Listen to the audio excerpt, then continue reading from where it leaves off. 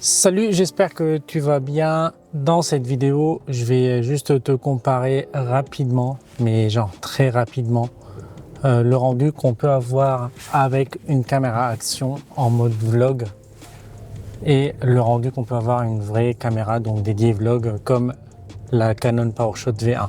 Donc là, j'ai les deux caméras côte à côte. Certainement, je n'ai pas le même champ de vue sur ces deux caméras. Donc, je te laisse déjà deviner laquelle est laquelle. Et puis, on va attaquer cette vidéo. Salut, j'espère que tu vas bien. Je suis Photograbs, un photographe de portrait basé en France. Et sur ma chaîne, je crée du contenu en lien avec les caméras action, les caméras vlog et tout ce qui touche aux appareils photo, création de contenu et tout ce qui est dans ce domaine. Donc si tu es intéressé, n'hésite pas à t'abonner, ça fait vraiment plaisir. Et au fait, récemment, j'ai commencé sur ma chaîne en anglais une série de vidéos vlog en voiture. Donc voilà, ça c'est quelque chose qui me passionne en ce moment de partager avec toi des idées. Je te prépare pas mal de contenu type vlog en voiture bientôt sur ma chaîne en français. J'en ai fait beaucoup sur ma chaîne en anglais et je vais continuer à en faire. Mais donc là, j'ai peut-être mis quelques points clés pour quelques idées de vidéos. Mais je vais pas t'en parler plus de ce projet-là. Je vais juste te parler un peu des caméras vlog en voiture et de mon setup. Là, par exemple, j'utilise la DJI Nano qui est ici, donc qui est très simple à monter. Donc avec la ventouse qui vient avec, ça prend quelques secondes. Et tu as une qualité d'image qui est OK si on a assez de lumière. Donc la stabilisation, elle est super et tout ça. Mais par contre, de l'autre côté, j'ai le Canon PowerShot V1 que j'aime beaucoup. Et avec la cage que j'ai acheté récemment, enfin pas la cage mais la platine de base, donc pour pouvoir accéder à la batterie et puis à la carte SD facilement. Donc je trouve ça super intéressant, surtout que la qualité d'image, elle n'est pas la même. On a par exemple sur la Canon, même, je la monte ici avec une ventouse de la marque Falcam, donc avec un bras articulé, donc c'est pas le même setup, même si c'est un setup que je peux utiliser comme je veux, donc je peux le monter là où je veux. Mais je trouve que la qualité d'image sur la Canon, elle est beaucoup plus intéressante, beaucoup plus naturelle que la qualité d'image sur la DJI. Par exemple, je peux avancer comme ça et tu vois que l'autofocus sur la Canon, il est beaucoup plus intéressant. Donc je peux même te montrer, allez, on va dire ça. Je peux mettre ça ici et il va faire un autre focus, alors que la DJI, elle peut pas faire ça. Donc ça, c'est un désavantage des caméras action dans ce type de vlog. Après, comme je te dis souvent, c'est pas la caméra en fait qui va te rendre un meilleur créateur de contenu, un meilleur vidéaste, un meilleur photographe. C'est plutôt toi, l'histoire que tu partages et tout ça. Et moi, j'essaie juste de te partager ma passion. J'essaie juste de te partager mes idées et mes choix sur le matériel. Après, tu es libre de choisir ce que tu veux et ce que tu trouves intéressant. D'ailleurs, là, j'enregistre avec un micro donc sans fil, le Boya Magic qui est connecté à mon Canon. Mais à la DJI, on peut utiliser le micro DJI Mic 2, Mic 3, Mic Mini. Donc, ces micros qui fonctionnent sans fil. Donc, certes, la Canon, elle est plus chère, mais le rendu, il n'est pas pareil.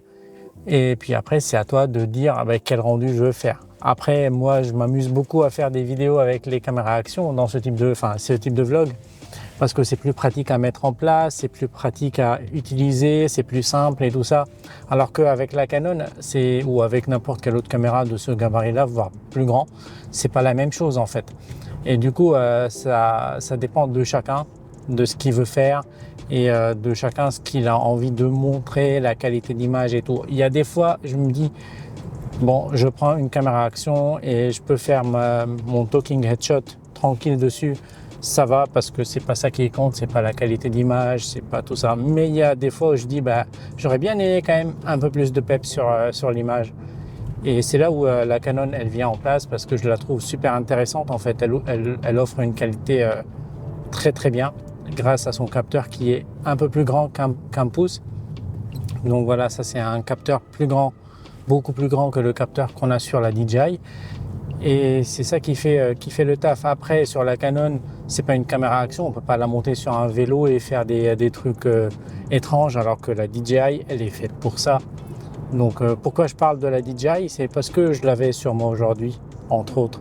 Et d'ailleurs, le point de vue de l'extérieur, il est fait avec l'Insta360 X4R qui vient de sortir aujourd'hui, mais je pense que je vais publier cette vidéo demain. Donc voilà, tu peux aller voir les vidéos que j'ai faites sur la nouvelle caméra 360 de la marque Insta360. Voilà. Donc, qu'est-ce que tu en penses et quelle vidéo, enfin, quelle image tu préfères? Est-ce que tu préfères l'image de la DJI ou bien l'image de la Canon? Et quel type de comparaison tu as envie de voir aussi sur ma chaîne en français? N'hésite pas à me dire tout ça en commentaire. Ça va me permettre de bien préparer mes vidéos pour répondre à tes questions et à tes besoins surtout. Donc là, je t'ai préparé pour la suite pas mal de vidéos à propos de la photo de portrait parce que je suis un photographe de portrait. Je t'invite à aller voir ma page Instagram pour me donner ton avis, et je prépare une série de vidéos vlog en voiture sur ce sujet-là parce que je trouve c'est un sujet passionnant et c'est un sujet en même temps tabou, surtout les problèmes qu'on a et qu'on rencontre dans ce domaine-là, dans ce monde-là, à propos des photos portraits, les collaborations, les prises de vue et tout ça. Donc voilà, je t'invite vraiment à t'abonner à ma chaîne si ces sujets-là t'intéressent, si les sujets de matériel photo, vidéo, création de contenu t'intéressent. Et puis voilà, c'est ce que je voulais te dire dans cette petite vidéo, dans ce petit vlog. Et voilà, c'est tout pour aujourd'hui. J'espère que tu as aimé cette vidéo. N'hésite pas à liker, à commenter, à me donner ton avis et puis à me donner tes idées pour la suite, tes questions et tout ça pour que je puisse bien travailler dessus. Je te dis à très bientôt pour d'autres contenus. Allez, ciao!